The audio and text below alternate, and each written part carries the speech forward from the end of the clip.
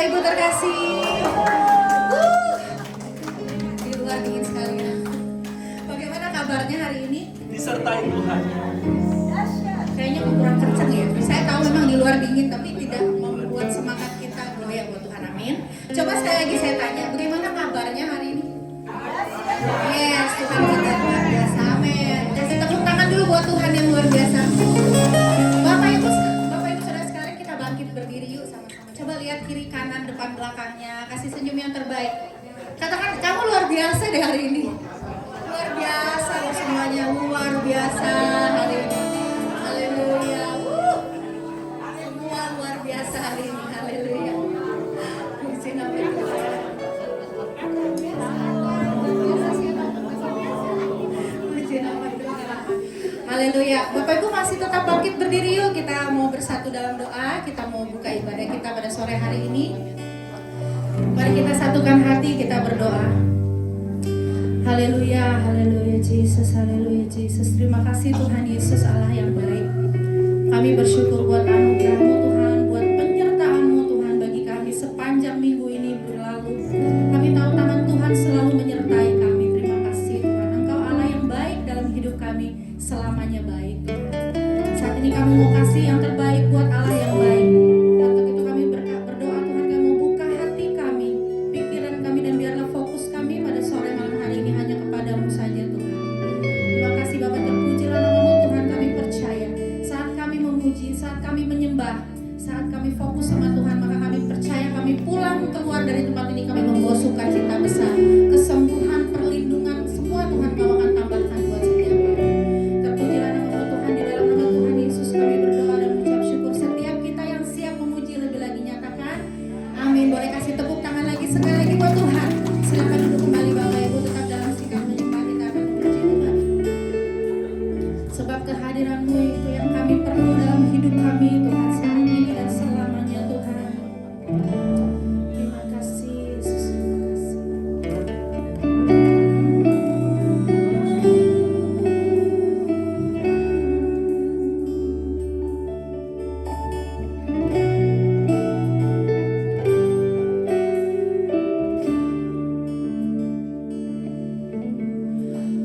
Who is like the Lord in all the earth?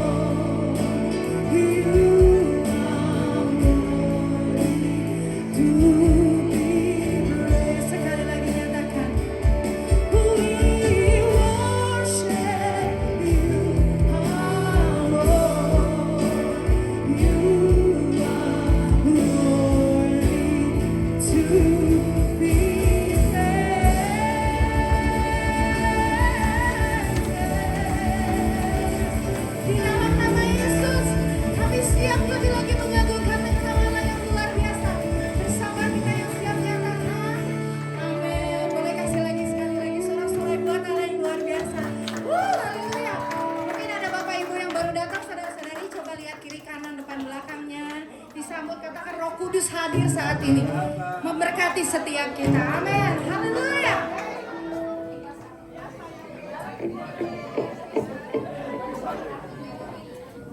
Haleluya.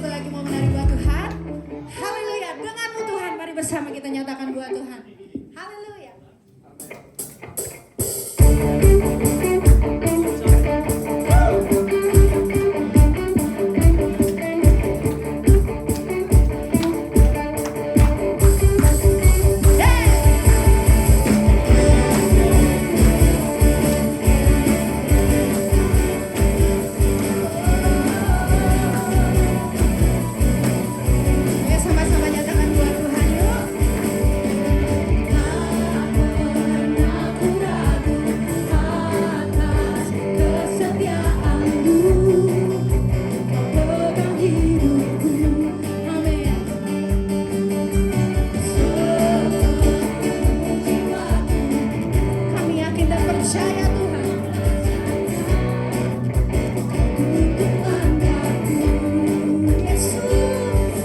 Yesus kaulah Raja dalam hidup, berkuasa percaya itu sama. Hanya Kau, haleluya, sumber kekuatan, amin. Kuasa dunia curah bagiku senantiasa dengan. Kami beriman akan berjalan Tuhan. Yes. Dari kemuliaan sampai kemuliaan. Yes, haleluya. Pujilah Tuhan. Ayo bersama yuk dengan menyatakan buat Tuhan kita tidak pernah ragu.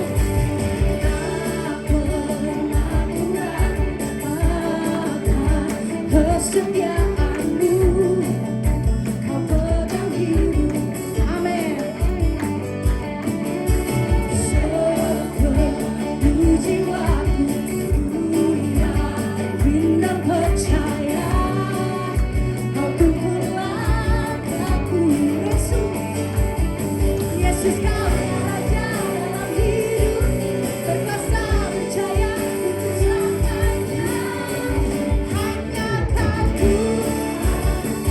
sumber kekuatan, kuasa dunia curah bagiku senantiasa denganku. Kami akan berjalan Tuhan, amin. Dari kemuliaan sampai kemuliaan. Sampai musik memuji Tuhan, kita tepuk tangan di atas kepala buat Tuhan ya.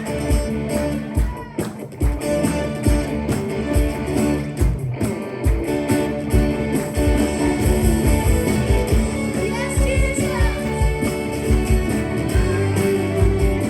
Engkau akan membawa kami dari kemuliaan sampai kemuliaan Tuhan. Yesus kaulah Raja dalam hidup, berkuasa percaya Yesus. Yesus kaulah Raja dalam hidup, berkuasa percaya untuk selamanya.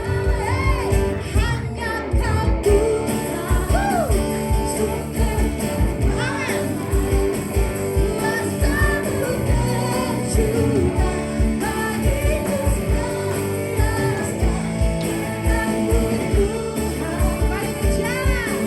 Dari kemuliaan sampai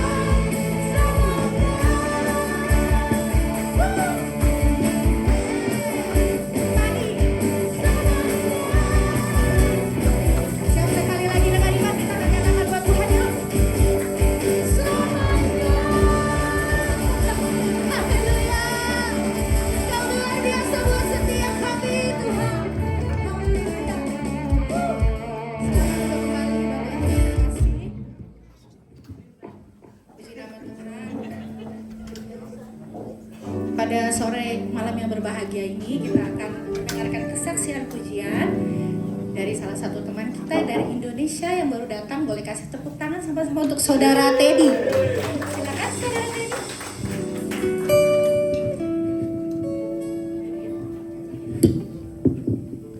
Shalom, selamat sore. Sekali lagi ini saya tahu nggak ada yang kebetulan. Kemarin Merlin ngomong sama saya, Ted kamu kamu mau nyanyi nggak di gereja saya? Terus saya sih kalau diajak pelayanan nggak pernah nolak ya saudara ya. Terima kasih juga buat Bapak Gembala, Pak Ivan bener, yang sebagai gembala di tempat ini. Saya sudah berkali-kali datang ke Melbourne, tapi ini pertama kali kayaknya saya ada di gereja ini. Saya cuma mau sampaikan bahwa kalau saya bisa berdiri hari ini di sini, benar-benar semua kita mungkin klise dengarnya ya, semua karena kasih karunia Tuhan, semua karena kebaikan Tuhan. Kayaknya itu selalu banget jadi template untuk kita kesaksian dan kita bilang semua karena kasih karunia Tuhan gitu. Tapi benar-benar waktu kita ngalamin sendiri, itu tuh saya nggak pernah nyangka bisa ada seperti sekarang. Karena kalau saudara tahu cerita, maksudnya kalau saya balik ke cerita saya 42 tahun yang lalu di mana saya lahir, saya dibuang dari kecil sama keluarga, sama orang tua saya. Saya nggak pernah punya masa depan. Ada teman mama saya, Lia mungkin tahu, dia saya kenal dari udah lama banget. Saya nggak pernah rasain yang namanya punya bapak, saya nggak pernah ngerasain namanya punya mama. Mereka ada tapi mereka nggak eksis. Karena saya dari bayi umur 10 bulan nggak dirawat gitu. Yang rawat saya nenek, jadi saya tumbuh sama nenek. Dan dari umur 6 tahun saya udah di abuse secara fisik. Hidung saya selalu berdarah sama bapak kandung saya. Setiap kali dia datang ke rumah nenek. Mama saya verbal abuse dan saya mengalami pelecehan seksual. Jadi ada 3 hal yang terjadi di hidup saya yang dulunya saya merasa bahwa saya nggak harus hidup di dunia ini. Dan saudara bisa bayangin, physical abuse, sexual abuse, verbal abuse. Kalau bukan Tuhan, saya jadi monster, saudara. Kalau bukan Tuhan yang sudah memilih saya dari awal, yang sudah menentukan saya dari awal. Dan perjalanan hidup saya dari Makassar, bapak saya orang Poso, mama saya orang Jawa atau Raja. Cuman saya nggak pernah tahu keluarga, saya benar-benar nggak kenal keluarga. Saya cuma tahu nenek saya, tante saya, dan kebetulan tante saya hidup di Cairns. Makanya saya selalu ke Australia karena tante yang rawat saya dari bayi itu tinggal di Cairns. Ini saya dari Cairns ke sini, selalu jadwalnya Cairns pasti ke Melbourne. Nah, itu tuh mereka yang memberikan kasih sayang sampai akhirnya di umur 15 tahun, singkat cerita umur 15 tahun saya tinggalkan Makassar. Saya kabur ke Jakarta naik kapal barang, kontainer. Saya hidup di jalanan dan ada seorang yang pungut saya di jalan yang menyekolahkan saya di bangku SMA karena saya putus sekolah. Saya nggak dapat kasih sayang, saya nggak punya masa depan. Cita-cita saya waktu kala itu, saya bilang dalam hati saya, anak umur 15 tahun di atas kapal barang itu, kalau saya pulang Makassar, saya besar, saya bunuh bapak saya. Dia harus mati di tangan saya. Waktu itu saya percaya banget semua orang punya journey masing-masing dengan journey yang berbeda. Dan akhirnya saya hidup di jalan Blok M bersama dengan para pelacur. Dan saudara, saya harus bilang bahwa waktu saya umur 15 tahun yang ngasih makan saya di jalanan pelacur. Jadi saya tidak pernah menghakimi mereka, karena mereka punya sejarah dalam hidup saya. Yang pungut saya di jalan, mungkin saudara pernah dengar namanya Frankie Sihombing. Frankie Sihombing pungut saya di jalan, saya disekolahkan, saya tinggal sama dia. Saya mendapatkan kasih sayang dari umur 15 tahun sampai hari ini saya masih sama-sama dia, saya masih ketemu dia karena nggak ada yang bisa berubah. Karena saya nggak bisa rubah Frankie, nggak pernah saya hapus dari hidup saya karena dia dengan apa yang dia alami saat itu. Dan waktu saya lulus SMA, saudara, saya masih tetap kepahitan sama bapak saya. Saya nggak pernah mau mengampuni kedua orang tua saya. Saya waktu itu lulus SMA, saya kerja sebagai pembantu rumah tangga dari pintu ke pintu sampai naik tingkat jadi office boy di daerah Jakarta di kantor Sudirman. Dan waktu saya jadi office boy, saya ketemu lagi sama seorang pendeta yang mungkin pernah saudara dengar, namanya Daniel Alexander yang tinggal di Papua. Dia membiayai kuliah saya sampai saya jadi sarjana. Dan tidak cuma itu, waktu saya kuliah ternyata hidup saya nggak jadi baik-baik aja, saudara. Saya waktu kuliah akhirnya saya masuk dalam dunia entertainment. Dan saya mulai pakai narkoba. Saya pakai pemakai narkoba 4 tahun. Saya menjadi germo. Saya jual perempuan ke banyak orang. Dan saya nggak cuma jual perempuan, saya jual diri saya sendiri juga. Semua yang terjadi, semua yang kehancuran yang saya alami, semua saya tahu bahwa itu bukan rencana Tuhan. Itu rencana iblis untuk menghancurkan saya. Tapi Alkitab bilang bahwa tidak ada satupun yang bisa pisahin kita dari kasih Kristus. Waktu dia menentukan kita dan memilih kita dari awal dari dunia sebelum dijadikan, dia akan menarik kita kembali kepada dia lagi. Hidup kita selalu tertuju kepada Kristus. Akhirnya saya bertobat, saya tahu bahwa saya sih gak mau bertobat, saudara. Tapi Roh Kudus yang di dalam saya yang memampukan saya untuk melangkah, untuk bertobat. Karena jujur, kita lebih senang dosa. Karena dosa enak, jujur aja ya. Kalau saya sih jujur ya, mungkin saudara mungkin belum mau jujur ya, tapi saya jujur bahwa yang namanya dosa udah pasti enak, gak ada dosa gak enak gitu. Akhirnya saya bertobat, mengakui, waktu saya jual diri, waktu saya pakai narkoba itu saya seorang worship leader, saudara. Saya udah lama jadi worship leader di gereja besar di Indonesia, tapi saya pakai topeng, tidak ada yang tahu, kelihatan rohani. Dulu saya merasa bangga karena saya bisa menyembunyikan topeng ini. Tapi ketika Kristus masuk ke dalam hidup saya, cuma satu yang saya rasakan bahwa betapa saya bersyukur dia mengangkat saya dari sampah. Saya yang tidak pernah kenal kasih sayang. Buat saya sekarang, saudara, Kristus cukup untuk saya. Christ is enough. Waktu saya bisa ngomong itu aja, itu bukan saya. Karena saya tahu Waktu saya ikut Kristus, tidak mungkin masalah saya selesai. Tidak mungkin pergumulan saya juga selesai. Tidak mungkin pencobaan juga nggak datang dalam hidup saya. Nggak mungkin, karena kita masih ada dalam dunia yang berdosa. Kita masih ada dalam tubuh yang berdosa. Tapi waktu kita mampu, waktu saya mampu untuk berkata tidak, saya tahu itu juga bukan saya. Itu karena Roh Kudus yang di dalam saya, yang memampukan saya untuk bilang, enggak, aku nggak mau ke situ lagi. Singkat cerita, 2008 saya pulang, Tuhan bilang sama saya, ampuni orang tuamu Ted kalau kamu mau hidupmu merdeka. Saya tahu itu bukan hal yang gampang karena saya udah di Jakarta. 2008 saya tiba-tiba pulang, saya pelayanan, saya diundang nyanyi ke Toraja, acara gereja waktu itu. Nah dari Toraja kan harus mampir ke Makassar dan tiba-tiba Roh Kudus bilang, kamu harus pulang Ted, ketemu sama papa mamamu. Saya bilang enggak, saya nggak mau ketemu mereka. Saya mengampuni kok, tapi mengampuninya dari jauh. Saya nggak perlu ketemu mereka. Tapi itulah Roh Kudus yang menarik, memaksa. Saya sih waktu itu mikirnya kayak terpaksa ya, tapi saya percaya bahwa Roh Kudus yang menarik kita untuk terus membawa kita kembali kepada salib Kristus itu yang memampukan kita. Saya waktu saya di Bandara Makassar, saya putuskan untuk nggak jadi pulang Jakarta. Saya pulang ke rumah saya menunggu bapak kandung saya dan mama saya. Jam 10 malam tanggal 8 bulan 8 2008. Bapak saya pulang, terus saya bilang gini, Pak, saya boleh ngomong nggak, Pak? Terus bapak saya bilang, mau ngomong apa sih? Udah malam, saya capek, saya mau tidur, ngapain? Terus saya bilang gini, saya anak kandung, Pak. Masa anak kandung nggak boleh ngomong sama papanya sendiri? Saya mau pulang Jakarta 2 hari lagi, izinkan saya untuk ngomong sebentar. Akhirnya mama saya bilang, ya udahlah Pak, biarinlah, Dedi mau ngomong. Oke, saya duduk, saya ngomong, saya ceritain semua saudara kepahitan saya. Saya ceritain semua bahwa apa yang terjadi di hidup saya di Jakarta. Saya ingat semua pukulan, hantaman, darah yang keluar dari hidung saya. Walaupun sampai hari ini hidung saya udah rusak.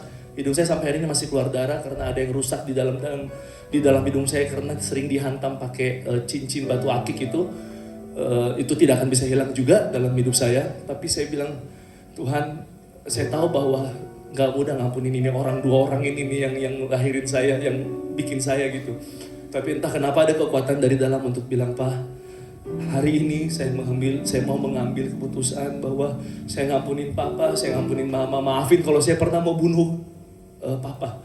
Cita-cita saya cuma satu, Pak, saya pengen bunuh kamu. Kalau saya besar, kamu harus mati. Kamu harus mati, Mama harus tersiksa. Karena kalian semua yang bikin saya jadi monster gitu.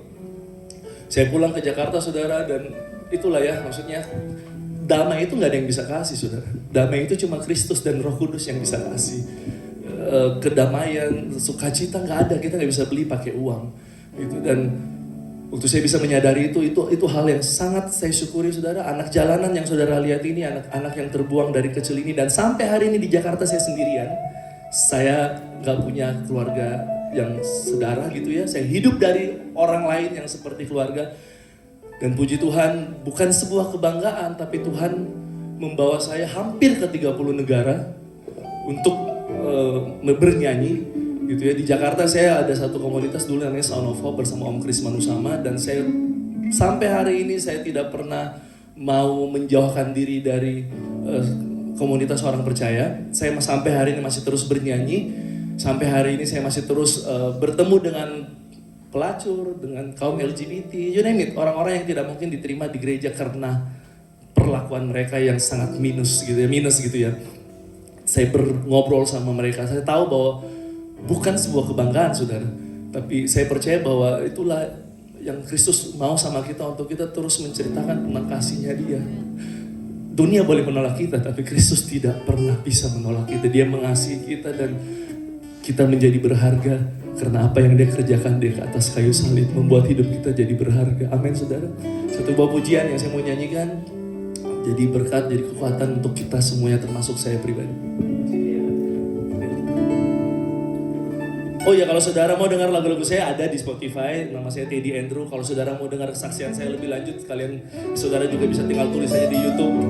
Nanti kalau saudara mau dengar lebih komplit di situ, karena saya waktu yang sangat terbatas. Tapi saya percaya bahwa dalam hidup kita cuma meninggikan Kristus saja. Kita mampu karena Kristuslah yang memampukan kita menjalani hidup kita. Di hatimu terukir namaku, di matamu terlukis wajahku.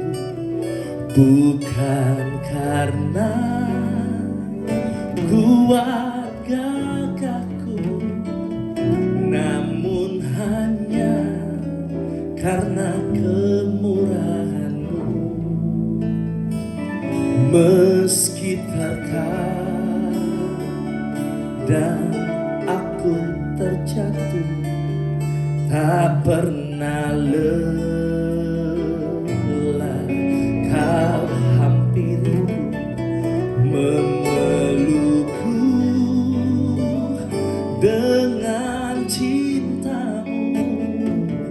Betapa besar mulia kasih-Mu. Bagi-Mu Tuhan segala pujian, hormat kemuliaan, tiada ternilai salib-Mu Tuhan. Sungguh berharga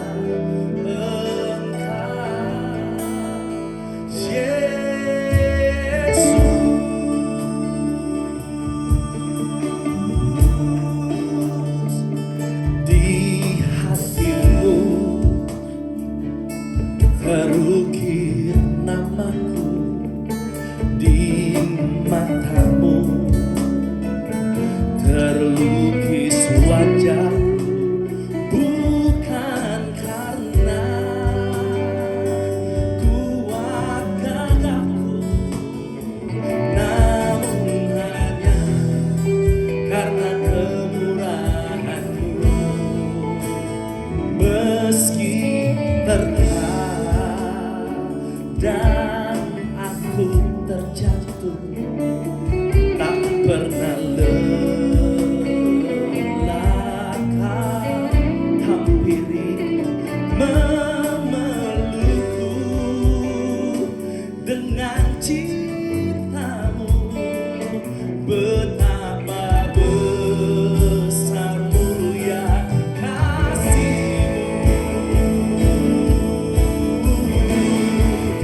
Bagi-Mu Tuhan segala pujian, hormat kemuliaan, tiada ternilai salib-Mu Tuhan. Sungguh berharga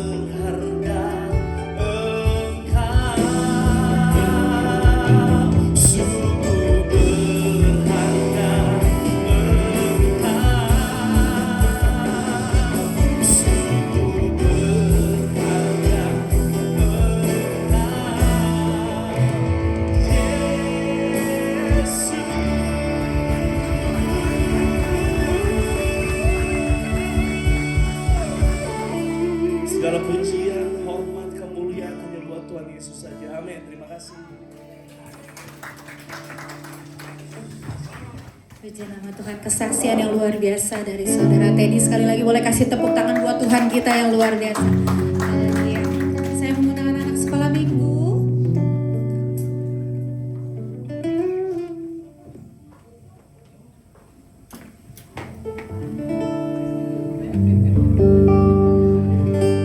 Yes, Jesus loves me. Yes, Jesus loves me. Oh yes, Jesus loves me. The Bible. Coba anak-anak sekolah minggunya nyanyi yuk dengan iman, tutup mukanya, nyatakan buat Tuhan. Yes, Jesus. Ya, nyatakan buat Tuhan ya. Yes, Jesus loves me. Yes, Jesus loves me. The Bible tells me so.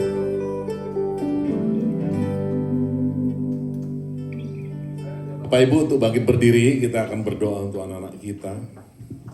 Kita akan mengurapi mereka. Tuhan, kami membawa anak-anak kami, Tuhan, satu persatu. This is our challenge. That we know, kami terbatas. Untuk membesarkan anak-anak kami, Tuhan, kami terbatas. Lebih daripada mereka ada di rumah, mereka ada di sekolah. Mereka menerima hal-hal yang datang dari dunia. Tapi satu hal yang kami percaya, kami punya Tuhan yang menyertai anak-anak kami. Dan kuat kuasa Tuhan tidak akan pernah lepas kepada orang-orang percayanya. Di negeri ini yang penuh dengan kegelapan, anak-anak kami akan bertumbuh dan bertambah di dalam Tuhan. Bahkan mereka, Tuhan, di tengah pengaruh dunia, di tengah tekanan dunia, mereka akan keluar jadi pemenang.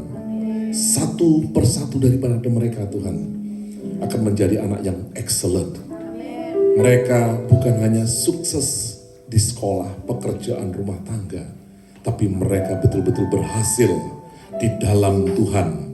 Karena rencana Tuhan akan terjadi atas hidup mereka. Dan biarkan kuat kuasa Tuhan betul-betul bekerja dan beracara. Roh Kudus memenuhi kehidupan setiap mereka. Satu persatu Tuhan berkati, Tuhan urapi sejak masa kecil mereka. Dan kami percaya Kau juga memberkati orang-orang tua mereka ya Tuhan. Untuk dapat nurturing mereka Tuhan.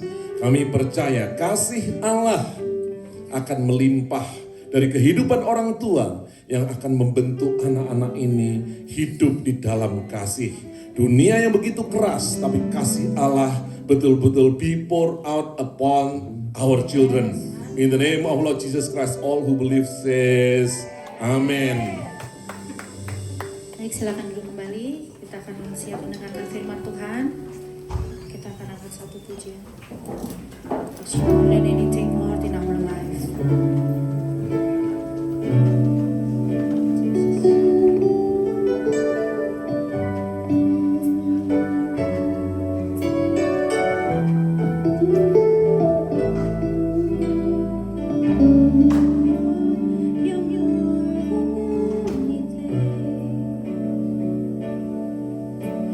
You're more than gold, more than anything.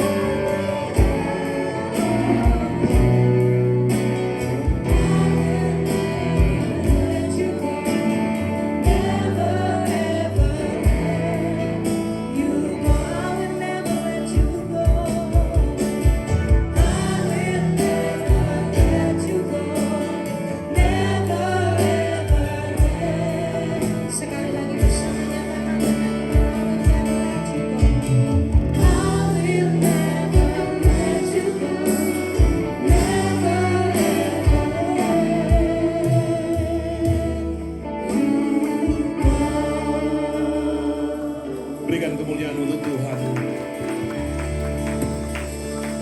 Oh ya Lord Jesus, thank you. Terima kasih ya Tuhan. Kau lebih daripada segalanya. Engkau cukup dalam hidup kami ya Tuhan. Kami mengucap syukur buat hadirat-Mu yang ada di tengah-tengah kami. Berbicara dan beracara kepada setiap daripada kami. Kami rendahkan hati kami Tuhan. Untuk dapat menerima firman kebenaran. Firman yang dapat menyelamatkan. Kami yang percaya dan kami yang siap untuk menerima firman kebenaran, katakan amin, haleluya. Silakan duduk Bapak Ibu semuanya, shalom. Thank you buat semua pelayan Tuhan hari ini yang luar biasa Bapak Ibu semuanya. Sedikit saya mau cerita, kalau boleh saya sampaikan salam dari jemaat kita. Karena minggu lalu saya mau kesini, cuman badannya udah kecapean Bapak Ibu semuanya. Rasanya capek banget karena 1 minggu dalam perjalanan dari mulai Senin, terakhir dari minggu ibadah di sini saya langsung berangkat ke Auckland. Nah dari Auckland saya drive Bapak Ibu semuanya sampai saya drive ke Wellington karena dari Auckland ketemu gereja-gerejanya kita, udah itu kita coba melihat Hamilton, Rotorua sampai ke saya nggak masuk ke Palmerston North tapi langsung ke Wellington dan rencananya tadi dari Wellington kita nyebrang ke Christchurch.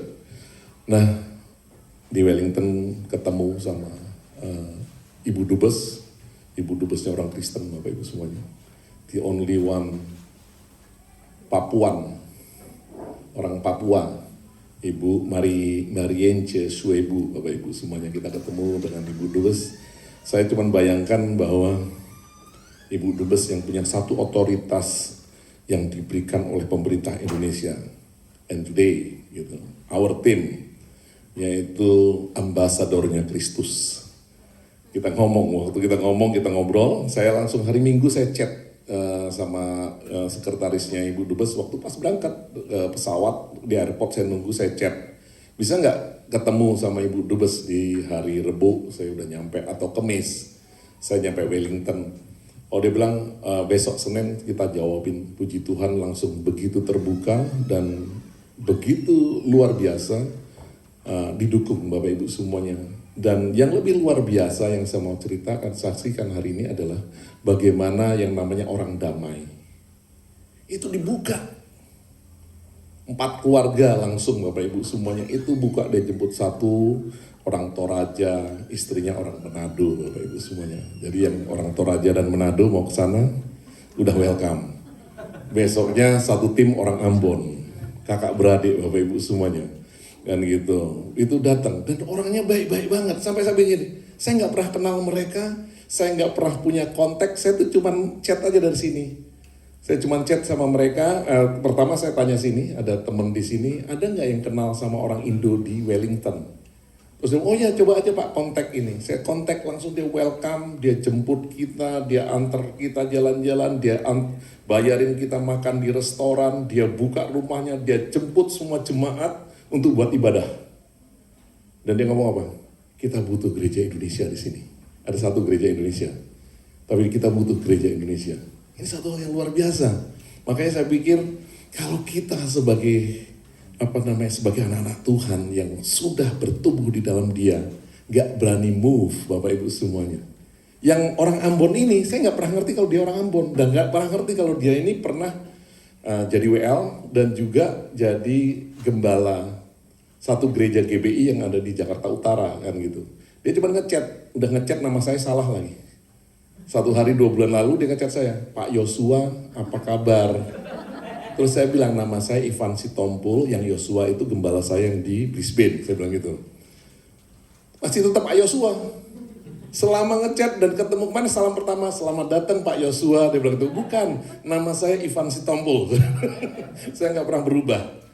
Dan ternyata begitu besar kerinduannya, dan dia ternyata waktu kita ngobrol, kita cerita bahwa dia ini adalah menggembalakan di Jakarta Utara, dan dia cerita saya dikirim oleh pendetanya dia namanya Joshua juga, orang Manado, Joshua Pantau apa something like that. Mulai dari sini, mulai ini. Oh, saya bilang saya juga nggak kenal. Karena saya juga memang nggak kenal Bapak Ibu semuanya. Jadi kayak nggak ngerti out of nowhere, tapi Tuhan bukakan jalan. Betul-betul kalau Tuhan mau, ya di situ saya bilang itu. Dan orang ini jemput kita, bawa kita makan, kita berempat Bapak Ibu semuanya. Kan gitu, bawa kita jalan-jalan.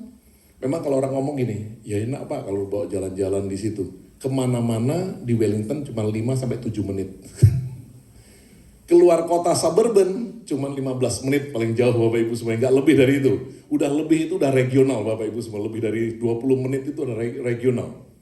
Jadi jemput, bawa makan, semua jemaat dijemputin semuanya. Mereka happy sekali Bapak Ibu semuanya, makanya saya mau katakan hari ini salam dari jemaat. Mereka masih keep kontak dari kemarin. Saya cuma sampai mikir gini, what next after this? Who gonna be sent? Siapa yang mau diutus Tuhan? Masuk saya pindah, saya ngomong sama istri saya, mau nggak ke Wellington? Saya bilang, pertama saya nyampe Wellington, saya ngomong nih, kayak Melbourne loh, gue bilang gitu, karena saya udah bolak-balik ke New Zealand, tapi Auckland sama Christchurch, kan gitu. Tapi sekarang ini baru ke Wellington, saya langsung telepon sama dia, enak banget kayaknya, gue bilang gitu, kayak Melbourne tahun 90, waktu saya datang Bapak Ibu semuanya, saya bilang itu enak banget. Kotanya tuh di atas di bawah gunung, di pinggir laut. Bukan, the most windiest town in the world. Jadi kota yang sangat berangin di dunia. Jadi waktu saya sana, jadwal saya tuh Jumat pagi udah terbang ke Christchurch.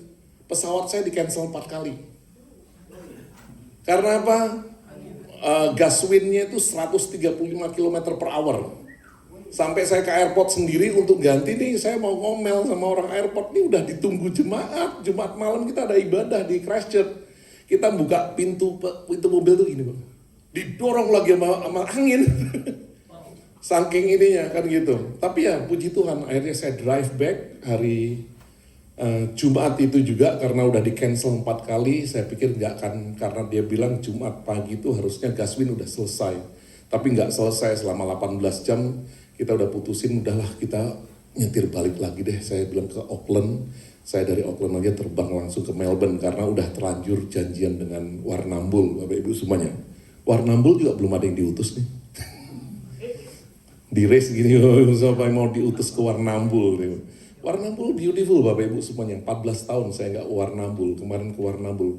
Cakep kotanya Bapak Ibu semua, kafenya juga enak, kan gitu. Nah, pendek cerita Bapak Ibu semuanya, pokoknya apa yang Tuhan bukakan bagi gerejanya yang dewasa, ladang itu udah menguning. Tinggal penuainya aja Bapak Ibu semuanya. Welcome loh Bapak Ibu semua. Sampai saya udah pulang, saya bilang tadi, masih hari ini di chat terus. Pak Ivan kapan? What next? Terus saya bilang gini, jangan sampai kita ini cuma datang gabuk kan gitu, tapi ternyata nggak ada apa-apanya Bapak Ibu semuanya. Saya cuma berpikir gini, berdoa, Tuhan siapa yang mau diutus hari ini? Siapa yang mau diutus? Ladang telah menguning, butuh penuai Bapak Ibu semuanya. Amin Bapak Ibu semuanya, jadi ready untuk diutus ya Bapak Ibu semuanya. Siap untuk diutus ke Auckland, 4.000 orang Indonesia. Waktu saya datang ke Dubes, saya langsung data. Bu, berapa orang Indonesia ada di Auckland? 4.000 Pak. Berapa orang Indonesia yang ada di Wellington? 1.000 Pak. Berapa orang Indonesia yang ada di Christchurch? 1.000 Pak. Berapa yang ada di Invercargill? 500. Berapa yang ada di Hamilton? Berapa yang ada Palmerston North? Banyak. Dan 60%, 70% itu Kristen. Keren gak Bapak Ibu semuanya? Tapi hidup bersama domba dan sapi-sapi. Ribuan sapi dan domba. Haleluya. Oke, puji Tuhan Bapak Ibu semuanya. Yuk kita baca firman Tuhan dulu, kalau enggak kita enggak selesai. Yohanes 1 ayat 10 sampai dengan 13 kita baca sama-sama. Yohanes 10 ayat 1 Yohanes 1 ayat 10 sampai 13. Yuk mari bangkit berdiri, kita hormati firman Tuhan, kita percaya di dalam firman-Nya ada rohnya Allah, ada ruahnya Allah, dan di situ ada kuasa Tuhan yang luar biasa. Dan kita percaya ketika kita menerima dengan iman, maka kuasanya bekerja dalam kehidupan setiap daripada kita. Kita baca Yohanes 1 ayat 10 sampai dengan 13. 1, 2, 3. Ia telah ada di dalam dunia dan dunia dijadikan olehnya, tetapi dunia tidak mengenalnya. Ia datang kepada milik kepunyaannya, tetapi orang kepunyaannya tidak menerimanya. Tetapi semua orang yang menerimanya diberikannya kuasa supaya menjadi anak-anak Allah, yaitu mereka yang percaya dalam namanya. Orang-orang yang diperanakkan bukan dari darah atau dari daging, bukan pula secara jasmani oleh keinginan seorang laki-laki, melainkan dari Allah yang percaya. Katakan amin. Silahkan duduk Bapak Ibu semuanya. Puji Tuhan Bapak Ibu semuanya, saya selalu berkata dan berulang-ulang penting untuk di-highlight Bapak Ibu semuanya. 2 ayat sebelumnya 10-11 tidak penting. Jadi kalau dibilang gini, tetapi itu yang penting Bapak Ibu semuanya. Saya selalu ngomong, Ibu Tanti ini murah hati, suka kasih-kasih orang duit. Tapi cerewet. Yang penting mananya Bu? Maksudnya statement saya yang paling penting itu adalah cerewetnya. Bukan murah hatinya Bapak Ibu semuanya.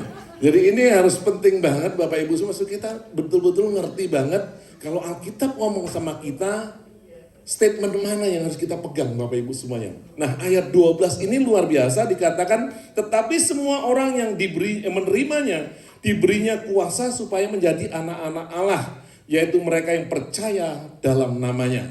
Nah luar biasa kalau dikatakan di sini diberikannya kuasa. Kalau dalam bahasa Inggris dia pakai kata right, to be a children of God. Jadi ini hak, jadi hak sama kuasa itu sama. Diberikan otoritas itu sama, authority Bapak Ibu semuanya.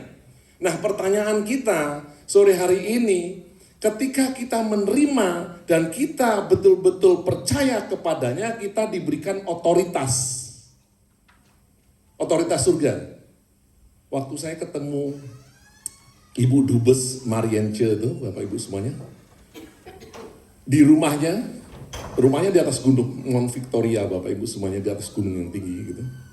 Nah ini di rumahnya itu Bapak Ibu semuanya, ini otoritas karena waktu itu kedubesnya lagi direnovasi, jadi kita diterima jam 2 siang di rumahnya, kan gitu. Nah di dalam rumah itu Bapak Ibu semuanya, otoritasnya New Zealand tidak berlaku. Yang berlaku tuh otoritasnya Indonesia. Karena dia ambasadornya Indonesia. Itu rumah adalah rumah dengan otoritas Indonesia. Nah, kita pun sama. Ketika kita menjadi percaya kepada Tuhan, kita diberikan otoritas surga. Makanya dikatakan di dalam 1 Korintus, dikatakan bahwa kita adalah utusan-utusan Kristus, Bapak Ibu semuanya. Kita ini ambasadornya. Nah, pertanyaan hari ini adalah, betul nggak sih otoritas itu ada dalam kehidupan setiap kita? Kuasa itu ada enggak? Oh banyak orang Bapak Ibu semuanya mengkultuskan manusia lain. Dikira orang itu lebih hebat dari orang lain, pendeta yang lain lebih hebat dari pendeta yang lain. Kita kultuskan Bapak Ibu semuanya. Saya senang tadi ngobrol sama Davi ngomong gini, dia punya satu statement. Saya tidak melihat orangnya, saya tidak melihat organisasinya, tapi saya melihat kepada Tuhannya. Ini satu hal yang luar biasa Bapak Ibu semuanya. Karena kita ini lebih bertendensi untuk melihat kepada orangnya. Ketika orang Peter ngomong, kita pikir udah yang paling diurapi Tuhan Bapak Ibu semuanya. Tapi Tuhan berikan kuasa itu kepada setiap orang yang percaya dan setiap orang yang nerima. Kalau Bapak Ibu percaya dan Bapak Ibu terima, itu punya kuasa yang sama. Tidak hanya yang pintar ngomong, tidak hanya yang pintar khotbah Bapak Ibu semuanya. Tapi setiap daripada kita punya kuasa yang sama. Ada yang membuat satu perbedaan Bapak Ibu semuanya. Kenapa kuasa itu kadang-kadang tidak bekerja, seolah-olah tidak bekerja?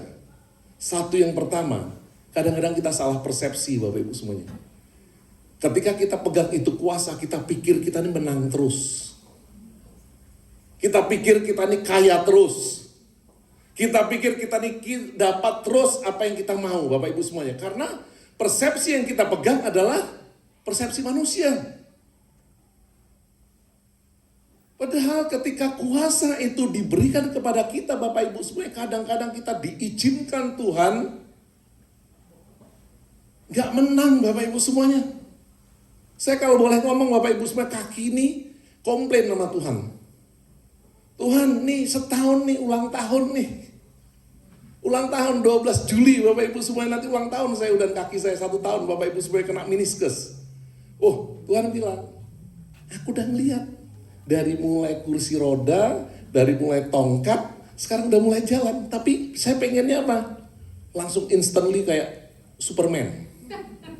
Hilang semuanya, meniskus sternya. Yang robek itu Bapak Ibu semuanya. Enggak. Tuhan bilang gini cuma, dalam kondisi seperti itu, kamu punya kekuatan enggak untuk tetap menyembah aku dan percaya bahwa aku mampu menyembuhkan? That is the power. Di mana kita ditempatkan di dalam satu posisi, masih tetap gak imanmu kepadaku? Saya ingat Pak Anwar, kalau udah tak ceritain Pak Anwar berkali-kali jangan bosen nih Bapak Ibu semuanya. Saya betul-betul amazed sama Pak Anwar. Pak Anwar itu salah satu jemaat kita yang dari Surabaya, dari PPK, dari Paguyuban Pelangi Kasih, Bapak Ibu semuanya, yang isinya orang-orang tukang becak. Gak tahu kalau Pak Iwan udah pernah ketemu atau belum. Pak Anwar ini baru meninggal tahun lalu, dia umur 100 tahun lah meninggalnya. Tapi Bapak Ibu kalau mau lihat, jadi saya selalu buat di Batu Pak, selalu buat acara apa namanya, camp di Batu, kan gitu, retreat di Batu, kan gitu di Talitakum Pak. Nah di Talitakum, jadi dia selalu datang. Bapak Ibu yang ada di sini kalau suruh dancing sama dia nggak ada yang ngalahin. Dia lebih tinggi lompatnya, walaupun umurnya pada saat itu pernah ke Melbourne. 96 tahun dia ke Melbourne waktu itu umurnya. Saya urus visanya, dia dapat visanya Bapak Ibu semuanya. Waktu berangkat ke Bali, saya masih tenang. Karena apa? Karena pramugarinya orang Indonesia. Mulai dari Bali ke Perth, saya masih agak tenang karena pramugarinya masih bisa bahasa Indonesia, nain batik waktu itu Bapak Ibu semuanya. Tapi ketika dari Perth dia harus ke Melbourne, saya mulai nggak tenang Bapak Ibu semuanya.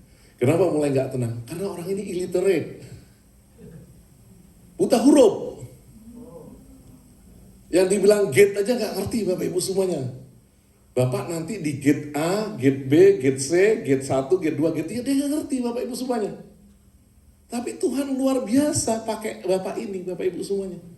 Pak Anwar ini, dia seorang bapak yang tinggal di kuburan di Surabaya. Tinggal di kuburan aja di Surabaya harus bayar rental loh. Rentalnya sama preman. Punya blok-blok Bapak Ibu semuanya, jangan salah. Dia tinggal di di kuburan itu karena dia cerai, ditinggal istrinya nyeleweng. Jadi dia kabur dari Malang ke Surabaya. Sampai Surabaya dia jadi tukang becak. Tinggallah di kuburan itu. Dan ketika dia tinggal kuburan itu jadi tukang becak, dia selalu ngirim customer ke Doli. Tahu Doli? Tahu. Dia selalu ke Doli, Bapak Ibu semuanya. Tapi Doli udah bubar saat ini karena udah dipindahkan ke Palangkaraya, kan gitu. Kan pas saya pemindahannya saya ada di sana juga Bapak Ibu semuanya waktu itu, Pak Teras Nerang waktu ada di Palangkaraya. Nah, dia ke Doli, dia ketemu anak umur 12 tahun yang dijual sama orang tuanya. Dia mau tebus dari germonya, nggak punya uang. Dia larikan di pagi hari Bapak Ibu semuanya. Dia tarik itu lari pagi hari dia kabur. Itulah istrinya. Nah istrinya itu meninggal waktu COVID kemarin. Tahun 2023 meninggalnya. Pas udah akhir COVID lah. Sehingga dia kayaknya udah not that happy. Beda umurnya sih 30 tahun dari dia Pak. Kan gitu. Tapi apa yang mau saya ceritakan gini. Dia punya kuasa karena dia percaya kepada Tuhan. Sehingga sebagai tukang becak, dia bawa tukang becak banyak banget kepada Tuhan. Jemaatnya PPK itu 600 orang Bapak Ibu semuanya. Jauh daripada kita. Itu tukang becak semua, 600 orang. Kan gitu. Itu tukang becak, pemulung, tukang sampah semuanya Bapak Ibu semuanya. Jadi ibadahnya hari Jumat tuh di Surabaya. Jadi kalau saya ke Surabaya itu di PPK itu Bapak Ibu semuanya. Karena penasihat yayasannya saya Bapak Ibu semuanya. Karena kita nggak mampu untuk pakai nama ensemble saat ini. Kenapa?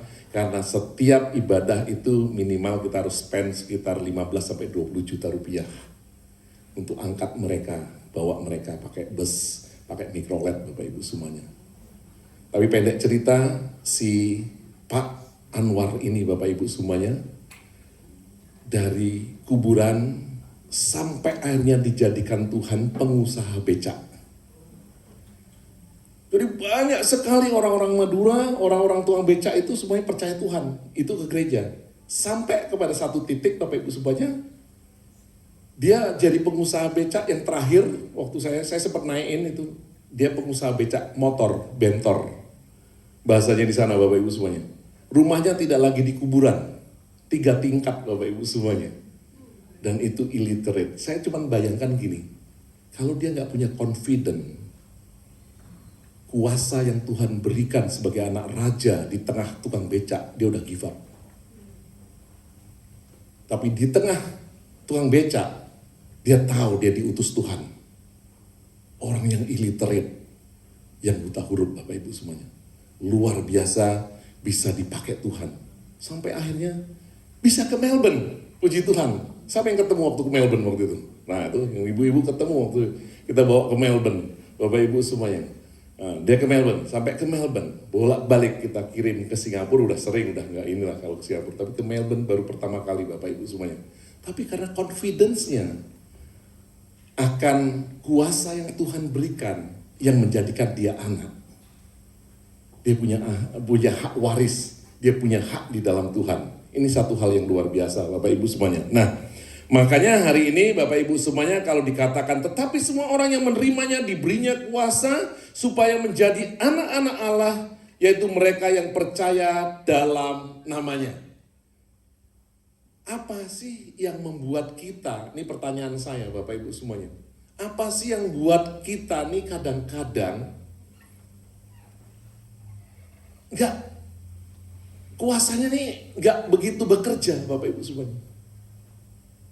Kok sama orang itu bekerja sama saya enggak sih? Kita pernah pondering nggak Bapak Ibu semuanya? Kalau saya selalu berpikir kadang, Tuhan kenapa Tuhan? Kenapa kuasamu enggak bekerja? Janjimu iya dan amin. Dan apa yang kau perkatakan pasti terjadi. Tidak akan ada yang pernah gagal Bapak Ibu semuanya. Saya ngeliat gini Bapak Ibu semuanya. Kedewasaan yang menjadi satu penghalang. Saya bacakan satu firman Tuhan ya, Galatia 4 ayat 1 sampai dengan 9. Galatia 4 ayat 1 sampai dengan 9 itu gini. Yang dimaksud ialah selama seorang ahli waris belum akil balik, sedikit pun ia tidak berbeda dengan seorang hamba. Sungguh pun ia adalah tuan dari segala sesuatu, tetapi ia berada di bawah perwalian dan pengawasan sampai pada saat yang telah ditentukan oleh Bapaknya. Demikian pula lah kita. Selama kita belum akil balik, kita takluk kepada roh-roh dunia. Garis bawahi di ayat 3 dikatakan, demikianlah pula kita selama kita belum akil balik, selama belum dewasa, kita takluk juga kepada roh-roh dunia. Siapa yang di bawah under 18 di sini? Tuh, Samantha. Samantha under 18, si ibu ada apa-apa dengan ibu, mobilnya, BMW-nya, rumahnya, emas berliannya, itu punyamu, tapi belum bisa engkau miliki. You cannot exercise that power. Gak bisa, belum bisa Bapak Ibu semuanya. Karena dia apa? Under 18, under age. Nah, demikian pula dengan kita, saya percaya, saya tulisin dulu Bapak Ibu semuanya, sampai di ayat 4. Tetapi setelah genap waktunya, maka Allah mengutus anaknya yang lahir dari seorang perempuan dan dia takluk kepada hukum Taurat, ia diutus untuk menebus mereka yang takluk kepada hukum Taurat, supaya kita diterima menjadi anak. Dan karena kamu adalah anak, maka Allah telah menyuruh roh anaknya ke dalam hati kita yang berseru, ya Aba, ya Bapa. Jadi kamu bukan lagi hamba, melainkan anak. Jikalau kamu anak, maka kamu juga adalah ahli waris oleh Allah. Artinya apa yang dijanjikan Tuhan, itu kamu terima. Dahulu ketika kamu tidak mengenal Allah, kamu mempersembahkan diri kepada Allah yang pada hakikatnya bukan Allah, tetapi sekarang sesudah kamu mengenal Allah, atau lebih baik sesudah kamu dikenal Allah, bagaimana kamu berbalik kepada roh-roh dunia yang lemah dan miskin dan mau mulai memperhambakan diri lagi kepadanya. Ini menjadi masalah Bapak Ibu semuanya. Kedewasaan di maturity. Semua punya kita, janji Tuhan punya kita, kuasa Tuhan diberikan kepada kita. Tapi kedewasaan daripada kita. Apa Bapak Ibu semuanya, kalau Bapak Ibu lihat di dalam Alkitab di sini, apa yang membuat kita ini,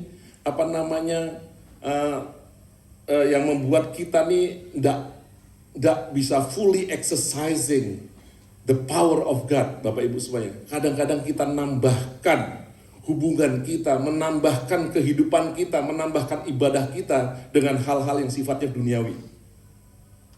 Kita campur adukin. Ini kan bicara tentang hukum. Bagaimana orang Israel yang sudah mengenal Tuhan dimerdekakan, dia mencampur adukan kehidupan ibadahnya dengan apa? Hukum Taurat. Banyak banget kita orang Kristen berlaku yang sama di hari-hari ini, Bapak Ibu semuanya. Kita ini orang yang sudah merdeka, yang sudah dibebaskan. Saya percaya Bapak Ibu semuanya, kemerdekaan yang Tuhan berikan kepada setiap daripada kita itu cukup. Tadi kalau Kak Denny bilang, Christ is enough for me. Oh Kak Teddy.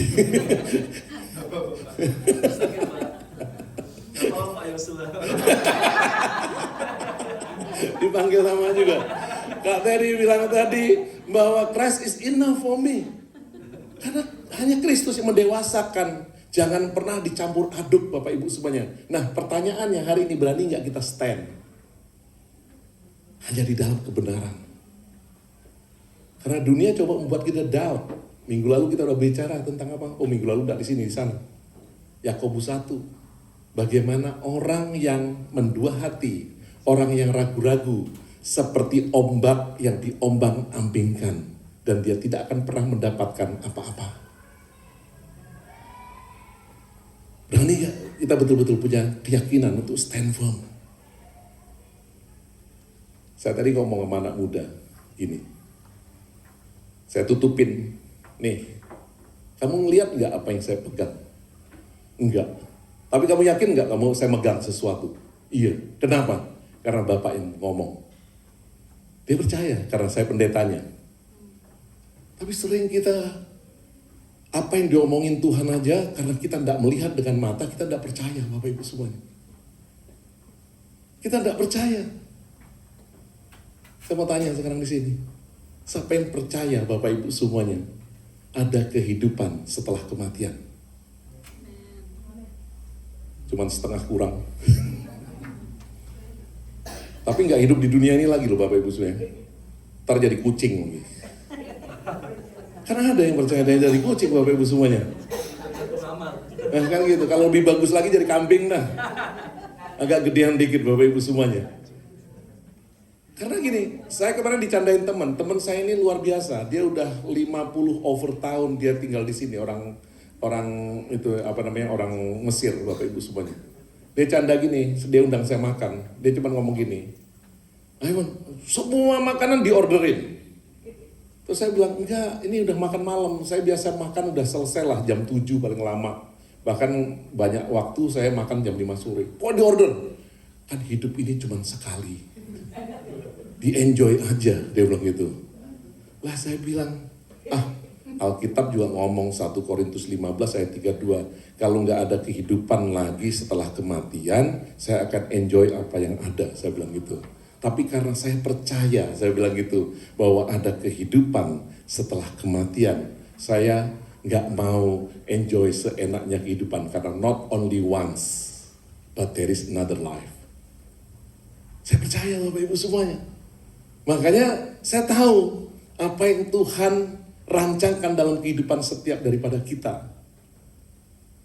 1 Korintus 4 ayat 17, 16, 17, 18 dia bilang ini loh penderitaan yang aku alami, dia punya kekuatan untuk dapat menanggungnya. Karena apa? Dia melihat bukan dengan mata fisikal, tapi dia melihat dengan mata apa? Spiritual, which is your faith. There is a life after death. Di sana ada kehidupan setelah kematian. Makanya saya percaya rencana Tuhan itu luar biasa ketika dia memberikan otoritas, yaitu kuasa kepada setiap daripada kita. Ada purpose-nya Tuhan sementara kita hidup di dunia ini, Bapak Ibu semuanya. Bukan untuk show off. Ini bukan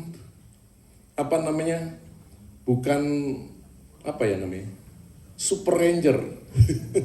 Ini bukan Superman, Bapak Ibu semua. Tuhan tidak menjadikan Superman, karena banyak daripada kita berpikir ketika kuasa itu diberikan, kita jadi Superman, Bapak Ibu semuanya. Tapi saya percaya betul, kita diberikan kekuatan di dalam kehidupan, di tengah tekanan kehidupan dan godaan kehidupan. Dan kita menang. Karena apa? Kita melihat apa yang Tuhan rancangkan dalam kehidupan setiap daripada kita. Makanya dibilang tadi sama Kak Teddy, sukacita dan damai sejahtera surga kita dapetin. Kalau sukacita sama damai sejahtera dunia itu temporary. Tapi sukacita dan damai sejahtera surga itu selama-lamanya, Bapak Ibu semuanya. Situasinya boleh berubah, kondisinya boleh berubah, tekanan boleh ada, tapi kita tetap punya sukacita. Punya damai sejahtera. Nah makanya saya percaya di hari-hari ini, setiap daripada kita ini, Bapak Ibu semuanya dipersiapkan Tuhan untuk satu rencana yang luar biasa dalam kehidupan setiap daripada kita. Nah saya mau tanya sekali lagi Bapak Ibu semuanya, siapa yang percaya kita nih hidup di dalam dua alam? Halo, orang Kristen ini percaya hidup di dua alam enggak? Yang saya mau katakan gini, percaya nggak hari ini kerajaan surga itu ada di bumi? Kelihatan enggak? Enggak kelihatan. Enggak ada menterinya, enggak ada perdana menterinya, enggak ada kelihatan rajanya. Tapi kalau nyanyi kan, kaulah rajaku. Kan kita percaya kita punya raja, betul tuh? Sementara kita ada di Australia, ada perdana menterinya, ada premiernya, ada pemerintahannya. Kelihatan dengan kasat mata. Nah, saya percaya Bapak Ibu dan Saudara sekalian, setiap daripada kita, Yesaya 9 ayat 1 sampai 6, di ayat 6 dikatakan bahwa seorang anak telah lahir dan diberikan kepada kita, di bahunya ada apa? Pemerintahan. Kalau di bahunya ada pemerintahan, itu ada kerajaannya dong. Mana mungkin kerajaan tanpa otoritas?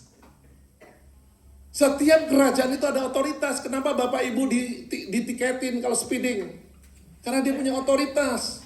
Kenapa ditiketin ketika nggak beli tiket kereta api? Karena dia punya otoritas, Bapak Ibu semuanya. Nah makanya saya percaya betul Bapak Ibu semuanya, kita pun diberikan otoritas surga sebagai utusan-utusan Tuhan. Karena kerajaan surga ada di bumi. Kasat mata kita tidak melihat, karena kita melihat apa pemerintahan yang ada di dunia. Roma 12 bicara tentang apa? Taatilah pemerintahan yang ada. Tapi dengan mata rohani kita bisa melihat ada kerajaan lain, yaitu kerajaan surga. Do you want to be part of it?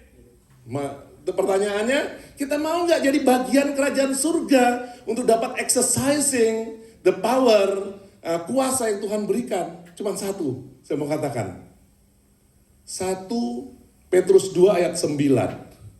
Biar agak cepat aja Bapak Ibu semuanya. 1 Petrus 2 ayat 9 itu bicara gini. Tetapi kamulah bangsa yang terpilih. Ayat sebelumnya nggak begitu penting. Kalau ada tetapi itu penting.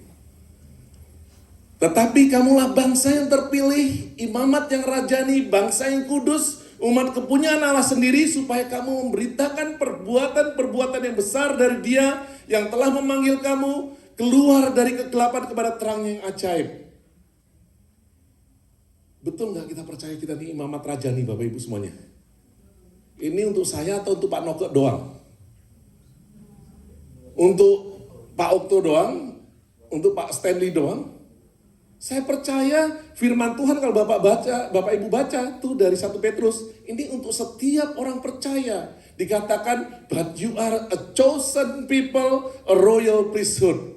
Engkau adalah imamat rajani. Kalau imamat rajani, mana kerajaannya? Kalau kita nggak nerima Dia, kalau kita nggak percaya kepadanya, bahwa kerajaannya ada di bumi ini. Kita nih imamat, Bapak Ibu semuanya. Saya selalu katakan gini, rugi kalau cuma jadi bapak doang. Rugi jadi ibu doang. Rugi jadi pekerja doang. Rugi jadi pengusaha doang. Rugi jadi student doang. Karena apa Bapak Ibu semuanya? Karena kita harus jadi yang namanya imamat rajani. Sehingga kita connecting with the kingdom. Ketika kita connecting with the kingdom, the authority will be in us. Tanpa koneksi dengan kerajaan tidak ada otoritas, Bapak Ibu semuanya. Tidak ada otoritas dalam kehidupan. Tidak ada kuasa, makanya kuasa itu tidak bekerja. Hari ini, biarkan setiap daripada kita otoritas itu nyata dalam kehidupan kita, Bapak Ibu semuanya. Ini yang nyambungin. Ketika kita bawa, I know, seperti Pak Anwar tadi, dia hanya tukang becak. Tapi dia imamat rajani. Karena dia membawa keimaman daripada kerajaan surga di dalam kehidupannya sebagai tukang becak. Sehingga tukang becak yang lain terima keselamatan. Ini, tanpa ini connecting, Bapak Ibu semuanya, tidak akan nyambung, Bapak Ibu semuanya. Nah, makanya saya percaya betul setiap daripada kita raising up, Bapak Ibu semuanya, untuk kita bangkit semua. Karena kita percaya, hari-hari ini, kuasa itu sudah dilimpahkan kepada setiap daripada kita. Untuk memampukan setiap daripada kita. Kita lihat kan, begitu banyak panenan. Begitu banyak tuaian. Penuai-penuai, Bapak Ibu semuanya. Kalau kita cuman jadi pekerja, jadi kepala keluarga, jadi bapak dan ibu, rugi Bapak Ibu semuanya. Tapi apa yang Tuhan percayakan, saya percaya betul. Biarkan itu terjadi dalam kehidupan setiap daripada kita. Gereja kita tidak besar, gereja kita kecil Bapak Ibu semuanya. Tapi saya percaya